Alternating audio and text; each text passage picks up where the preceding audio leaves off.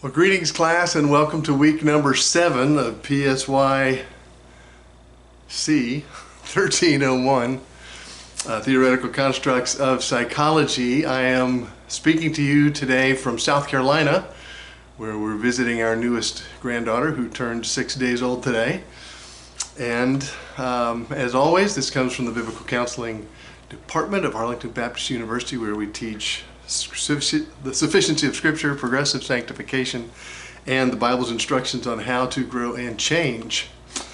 Nothing has changed in the grading policy. There are some extra credit opportunities coming up next week. I'll tell you about those next week. As you know, we're doing grades with pluses and minuses these days, so I put that in there.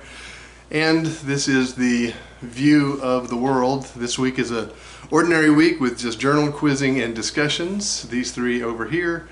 And next week will be the busiest week with your final exam and your final version of your growth project. As you know, each week we do this video to look at last week's activities, go over this week's assignments, and then take a sneak peek at next week, which will be the last time we do that. Every week there's a journal and some discussions and some quizzes going on, and the personal growth project in week 5 and 8, and the midterm and final exams in week 4 and 8. For the personal growth project, you chose an area to choose to apply the heat, thorns, cross, fruit model from the How People Change book by Paul Tripp and David Lane. And all of you submitted papers, and I appreciate that, and all of you did fairly well. Nobody flunked, I don't think, which was good, because sometimes that happens. Biggest problems were the thesis statements. You're still not quite grasping, a lot of you are not grasping what I'm looking for. Some of you wrote really excellent thesis statements.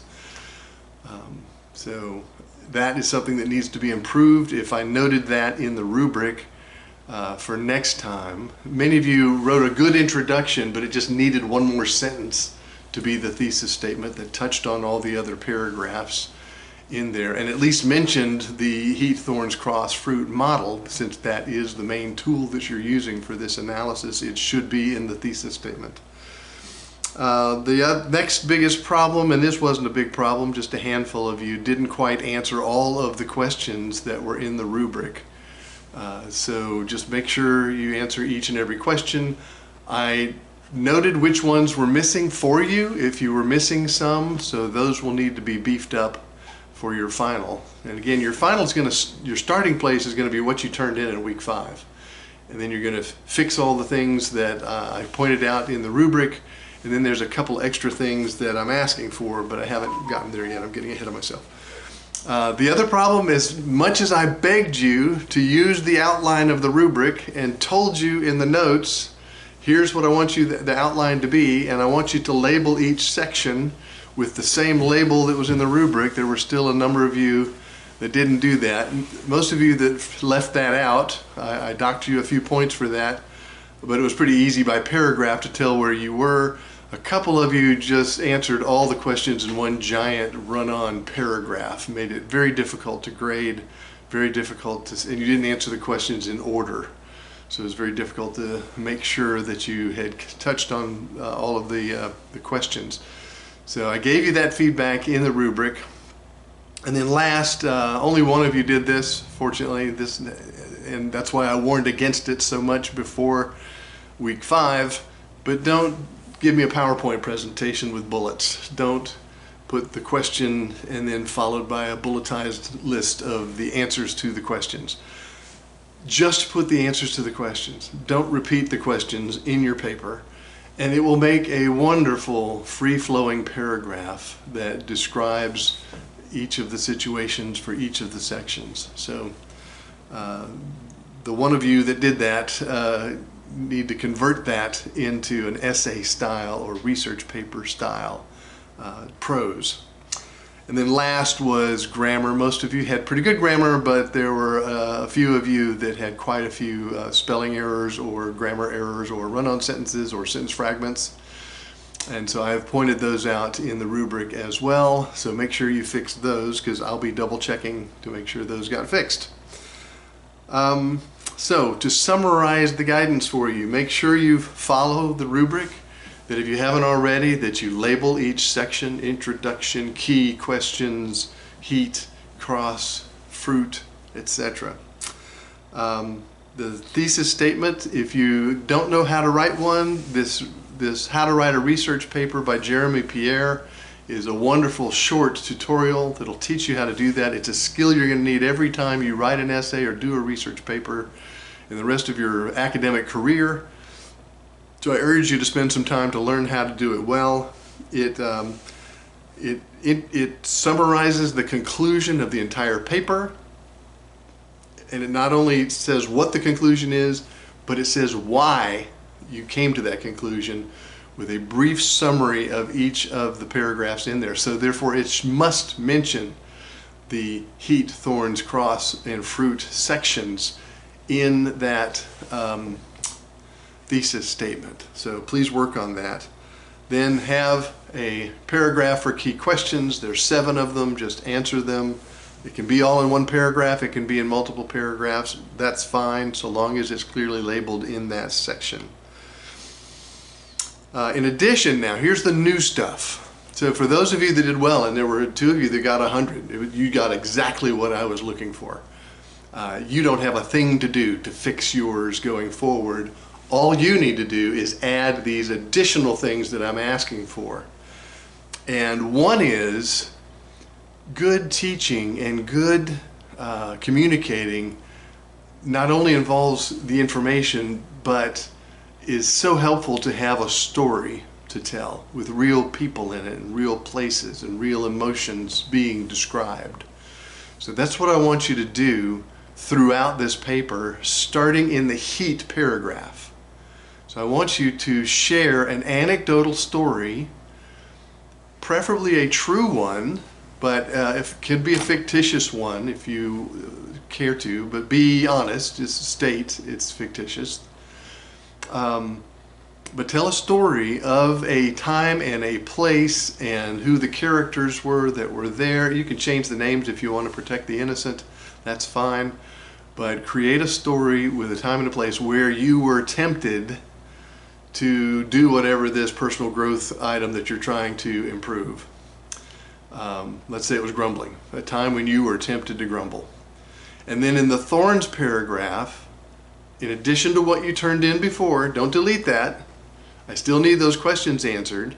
But right after that, continue that story. And when I was in that situation, I did not handle it well, and here's what I was thinking, here's what I was wanting, and here's what I did, and I wound up grumbling. And then in the cross paragraph, you continue the story. In that story, this is the promise from the Bible that God gives that I should have claimed. This is what Christ offers me. And by the way, those are 2 different things. Some of you struggled with that. You answered one but not the other.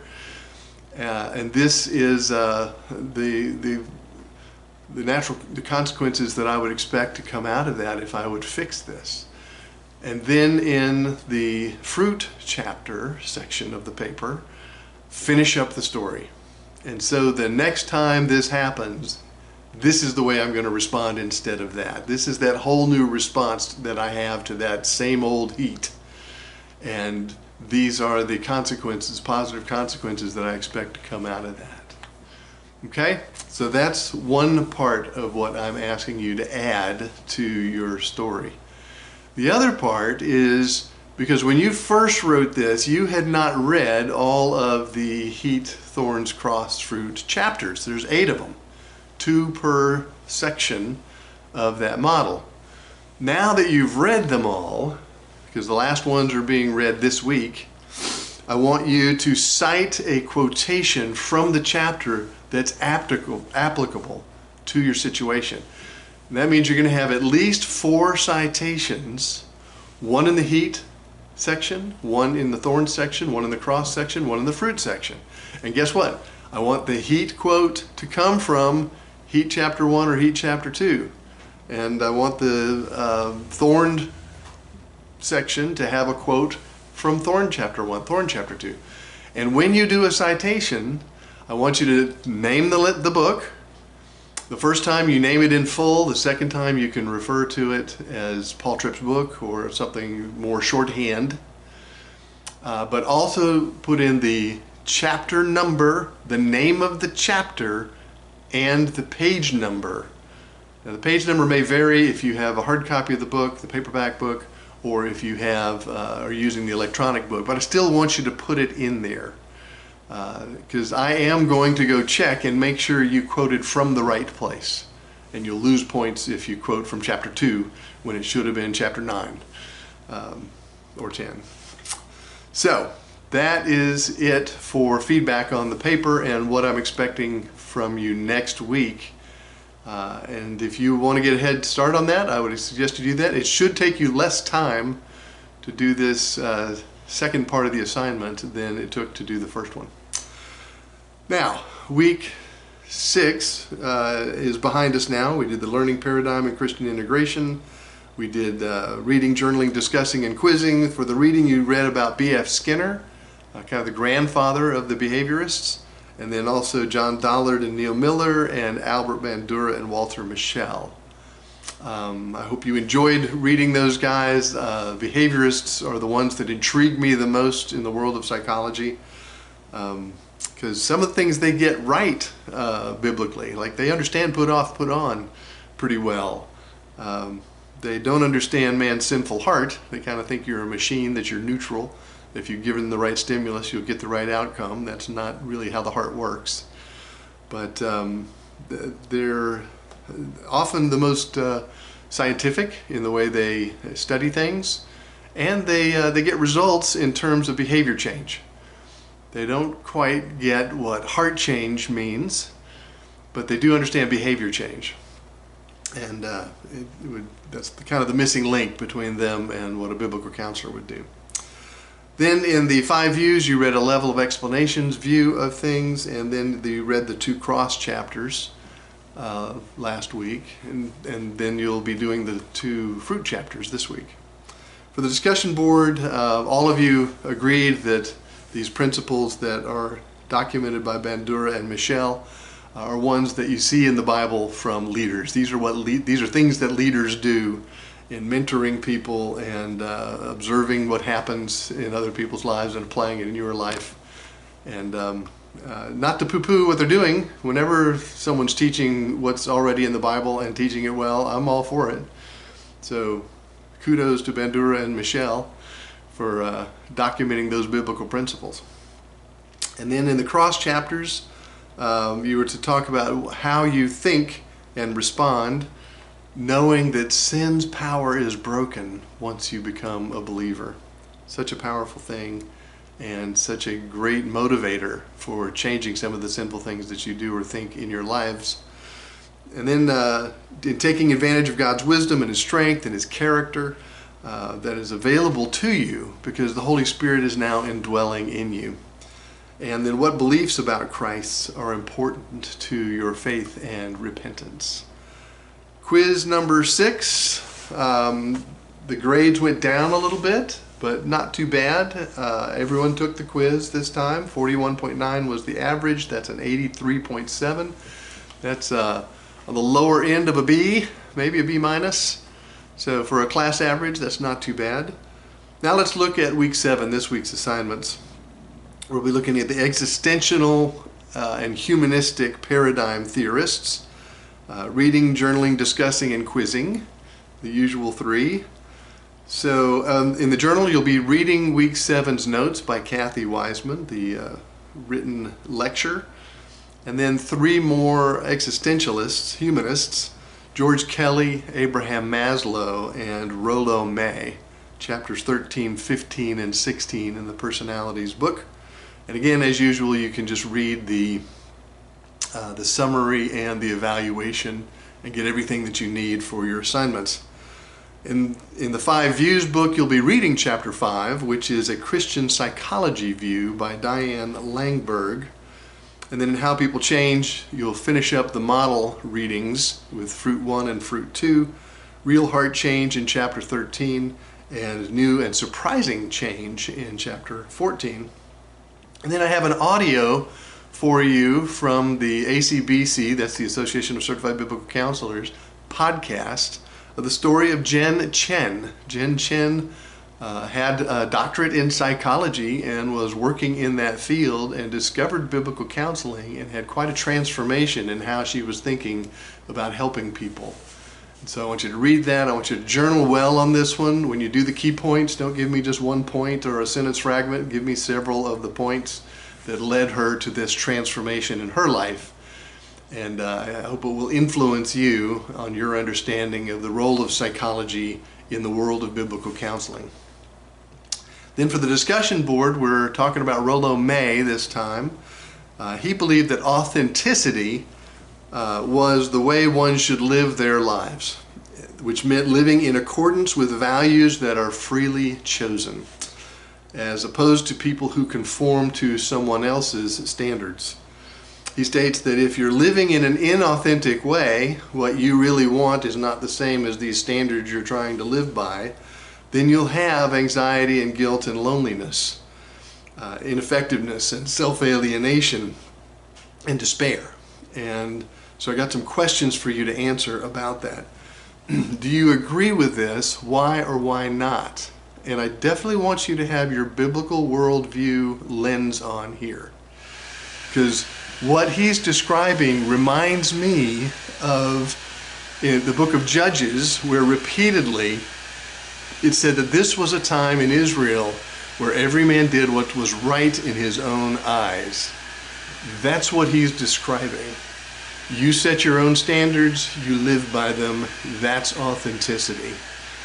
Not there are good standards from the Bible, from my church, from my parents, that teach me not to trust this wicked heart of mine, which sets very bad standards, and do I follow it? So I'm really interested, because most people, when they hear this definition of authenticity, seem to think, yeah, that makes sense. But I want you to think about how that really plays out in application. And is that right? So do you agree with it? Why or why not? Use the Bible in your defense. And if you don't agree with it, what would you call living authentically from a biblical perspective? And then even if you do agree with it, elaborate on how you understand authenticity, and especially use some Bible verses here. Third, do you believe the Bible has anything to say about living an authentic life? And if so, what does it say, and what are some of the passages that you would use to explain it? Then part B, from your readings in the 2 cross chapters, when the cross shapes my relationships, I respond to the sin and weakness of others with grace. That's what Paul Tripp and David Lane say in their book. So think about that as you give short answers, but not just one word, to the following questions. Do you hold people to higher standards than yourself? Do you tend to forget that you're a sinner while remembering that everybody else is? Do you fail to overlook minor offenses? Do you spend more time catching people doing wrong than doing right? And those of you that are parents, I especially want you to think about this, because it is a temptation to only address our kids when we find them doing wrong and we correct them. It's also important to find them doing right and praise them. Otherwise, they're very lopsided in their view of God, much less you and your spouse. Do people feel accepted and loved by you, or do they feel judged and criticized? And then how do you tend to respond to the weaknesses and sins and failures of those people that are around you in your life? Let's hear what you have to say. All right, week 8's coming up. The final word, finding one truth in the 5 views, and choose you this day. Reading and journaling. I'll tell you more about that on the next page. Discussion board number 8 and quiz number 8, the final personal project and the final exam. Busy week, and bad news, it ends a day early. The end of the block is on Friday, so everything is due on Friday. The discussion board is still due on Thursday, so you only have one day to make sure you respond to people. So for week 8, you'll be reading Kathy Wiseman's notes as usual and journaling on that. And then in the Theories of Personality, you'll do Chapter 7, A Final Word, which summarizes the book. And then 5 Views, you'll be reading 2 chapters that summarize the book, Chapter 8 and Chapter 9, Distinctives and Dialogue, and Conceptualization versus Contextualization. And then in How People Change, you'll be reading about One Church's story.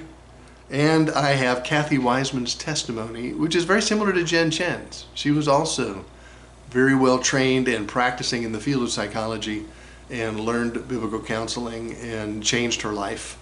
And so read about that and do that now. Also, this past October, the ACBC conference was right there in Fort Worth at the Southwestern Baptist Theological Seminary. I attended there along with some of our ABU graduates in biblical counseling.